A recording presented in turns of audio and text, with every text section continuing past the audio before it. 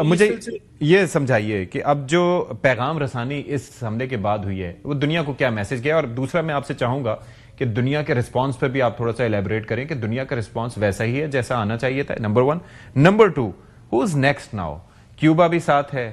اچھا پھر ساتھ ہی جو ہے وہ کولمبیا کو بھی ایک میسیجنگ کی گئی ہے،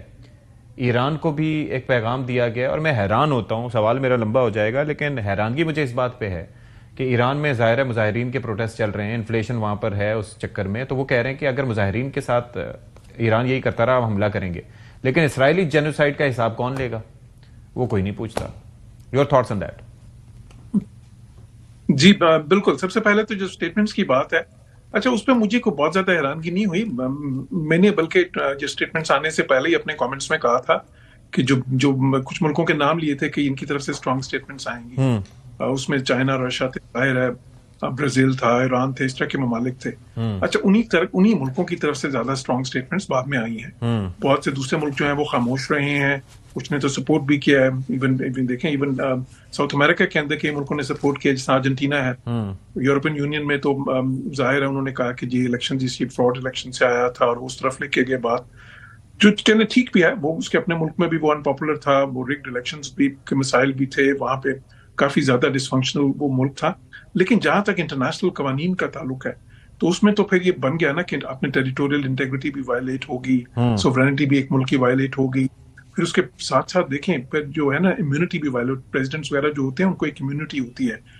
وہ بھی آپ نے وائلیٹ کر دی، پھر جو ڈپلومیٹک نارمز ہیں وہ بھی وائلیٹ ہو گئے، تو بہت ساری وائلیشنز ہیں، لیکن ونس اگین یہ کوئی نئی چیز نہیں ہے، جو ہے نا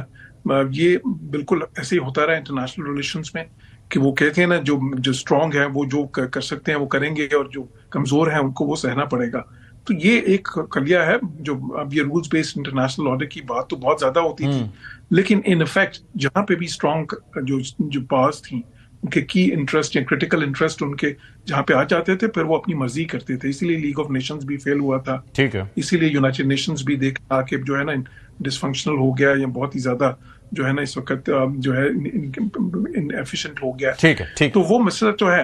اب اس کے بعد جو ہے اگر آپ دیکھیں، اب آپ نے یہ کہا کہ کن ملکوں پہ آگے، تو بالکل ٹرمپ نے بات کی ہے، دیکھیں انہوں نے کن ملکوں کی بات کی ہے، انہوں نے کولمبیا کی بات کی ہے کہ جی وہاں سے بھی ڈرگز آتے ہیں، میکسیکو کی بات کی ہے انہوں نے، ایران کی بات بھی ہے۔ البتہ میرا یہ خیال ہے کہ ایران جو ہے، جب اگر ایران پہ بات آئے گی تو یہ پھر وہ جو ریڈ لائن ہوگی جہاں پہ پھر چائنا اور رشیا سے and it's a different cup of tea. Iran has proven that کہ آبویسلی یہ جو مظاہرے ہو رہے ہیں ان کے پیچھے بھی آپ کو پتا ہے کہ بیک سٹیج پہ کچھ نہ کچھ چل رہا ہوتا ہے، شرارتیں، لیکن it's a different cup of tea. تو ایک تو یہ چیز ہے۔ ڈاکٹر قمر چیمہ صاحب، اب ایک سوال جو یہاں پر بڑا امپورٹنٹ ہے کہ میں خدا کا شکر ادا کرتا ہوں اس بات پہ، اور ہم نے یہ پروو بھی کیا ہے دو چیزوں پہ کہ ہمیں پاکستان اپنے تئیں ایک بڑا معجزہ، اس کے بعد پاکستان کا ایٹمی طاقت بننا، اور آج بھی ہمیں یہ ریئلائز ہوتا ہے کہ وہ ایٹمی طاقت بننا ہمارے لیے کس اسٹیج پہ کتنا سود مند رہا۔ پھر دوسرا یہ جو مے کا آپریشن، اور اس کے اندر آپ نے کنونشنل سائٹ پہ بتا دیا کہ ہم کسی کے لیے نیوکلیئر معاملہ تو اپنی جگہ لیکن ترنوالا ثابت نہیں ہوں گے کسی بھی حوالے سے، تو آج دوسرے ملکوں کے لیے بھی اس میں کتنا پیغام ہے، اور پاکستان کی مضبوط فوج کا ہونا، مضبوط قیادت کا ہونا، ایٹمی طاقت ہونا، یہ کتنی امپورٹنٹ سگنلنگ ہے؟ ڈاکٹر قمر چیمہ میں چاہوں گا آپ اس پہ رسپونڈ کریں۔ دیکھیں یہ بالکل آپ نے صحیح بات کی ہے کہ مضبوط فوج جو ہے وہی ضمانت ہے پاکستان کی سوورینٹی کی، ٹیریٹوریل انٹیگریٹی کی، اور دنیا نے دیکھ لیا کہ اگر آپ ایک ہارڈ سٹیٹ ہیں کے طور پہ آپریٹ کر رہے ہیں، انڈیا نے آپ پہ حملہ کیا، آپ نے بالکل صحیح کہا کہ نیوکلیئر کی تو بات کی بات ہے، ہم نے کنونشنل ڈومین میں سپریمیسی اسٹیبلش کی ہے، ہم نے کنونشنل ڈومین میں جو ہے وہ ڈیٹرنس کو اسٹیبلش کیا، اور انڈینز کو پتہ چل گیا کہ وہ آئے تو تھے کہ ہمارے پاس کچھ ویپنز ہیں اور ہم بڑے پاور میں ہیں اور ہم نے خریدے ہیں، تو وہ چیزیں الٹی ان کے لیے پڑ گئیں۔ پھر ہمارا ویسٹرن نیبر نے بھی دیکھا، افغانستان نے بھی آپ کو پتا ہے کہ حالات خراب کیے، بہت زیادہ نقصان پاکستان کا کیا ہے، تو ہم نے ان کو بھی پیغام دے دیا، تو وہاں سے بھی چیزیں سنبھلتی نظر آ رہی ہیں۔ اس سے پہلے ایران نے کچھ کیا تھا جو ہم نے اس کو بھی جواب دے دیا، تو میں سمجھتا ہوں کہ پاکستان ایک ہارڈ سٹیٹ کے طور پہ ایمرج کی ہے، اور جو آپ بات کر رہے ہیں کہ آج پتا چلا کہ فوج کتنی امپورٹنٹ ہوتی ہے, اور صرف فوج نے ڈسپلنڈ فوج, اور یہ جو ہمارے کئی لوگوں کو ہوتا ہے جی کہ فوج کو کمزور کریں, فوج جو ہے وہ اوور سٹیپ کر رہی ہے. سوال یہ ہے کہ آپ نے دیکھنا ہے کہ آپ کے نیشنل سیکورٹی تھریٹس کیا ہیں, انٹرنل ایکسٹرنل چیلنجز کون سے ہیں, فوج کا رول جو ہے وہ ٹریڈیشنل سیکورٹی میں, نان ٹریڈیشنل سیکورٹی میں کیوں اور کتنا ضروری ہے.